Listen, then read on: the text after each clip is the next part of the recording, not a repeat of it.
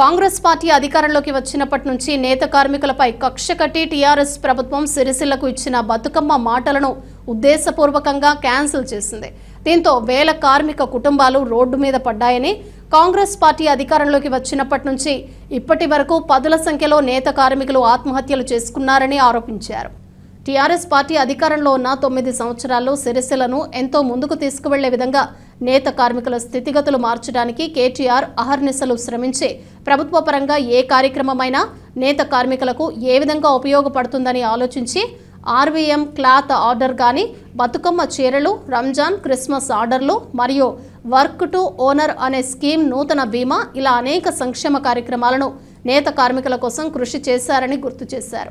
ఈ కార్యక్రమంలో బీఆర్ఎస్వి జిల్లా అధ్యక్షులు మానాల అరుణ్, పట్టణ ఇన్ఛార్జ్ ఎస్కే బాబా, జిందం రాహుల్, కనుకుట్ల వెంకటరమణ తదితరులు పాల్గొన్నారు. గురైన సందర్భాలు మనం చూస్తా ఉన్నాం.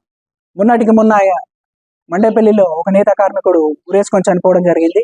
అదేవిధంగా నిన్నటి రోజుల సిరిసిల్ల పట్టణంలో కానీ, ఇందిరానగర్లో కానీ 2 నేత కార్మికులు ఉరేసుకొని చనిపోవడం జరిగింది. ఇటువంటి కుసంస్కారమైనటువంటి చర్యలు ఇకనైనా మానుకొని నేతన్నలను ఆదుకోవాలని చెప్పేసి మేము బీఆర్ఎస్ పార్టీ పక్షాన డిమాండ్ చేస్తా ఉన్నాం. అదేవిధంగా థ్రిఫ్ట్ పథకంలో రావాల్సినటువంటి నేత కార్మికులకు రావాల్సినటువంటి సబ్సిడీ అమౌంట్ కూడా వెంటనే రిలీజ్ చేసి నేత కార్మికులకు ఉపశమనం కలిగించవలసిందిగా మేము బీఆర్ఎస్ పార్టీ పక్షాన డిమాండ్ చేస్తా ఉన్నాం.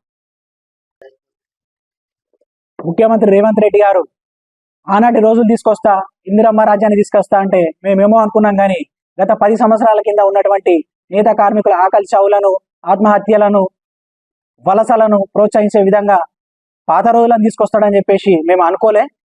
ఆయన ఏ విధంగా అయితే మాటిచ్చిండో అదే విధంగా 10 సంవత్సరాలుగా సుభిక్షంగా, సుసంపన్నంగా నేత కార్మికులు ఆత్మగౌరవంతో బతికినటువంటి సిరిసిల్లను వలసలను ప్రోత్సహించే విధంగా, ఆకలి చావులు, ఆత్మహత్యలను ప్రోత్సహించే విధంగా 10 సంవత్సరాల కింద రోజులు నిజంగానే తీసుకొచ్చిండు. అన్నమాటను నెరవేర్చినందుకు మీకు ధన్యవాదాలు రేవంత్ రెడ్డి గారు. ఇప్పటికైనా మీకు ఎంతమంది నేత కార్మికుల ఆకలి చావులు చూస్తే, ఆత్మహత్యలు చూస్తే మీ కళ్ళు చల్లబడితే అర్థమైతలేదు. ఇట్లా శివాల పునాల మీద రాజకీయం చేయాలనుకున్నటువంటి నీచమైన సంస్కార బుద్ధిని వదిలేసి ప్రజలందరినీ ఒకే విధంగా చూసి నేత కార్మికులను ఆదుకోవాలని చెప్పేసి మేము డిమాండ్ చేస్తా ఉన్నాం.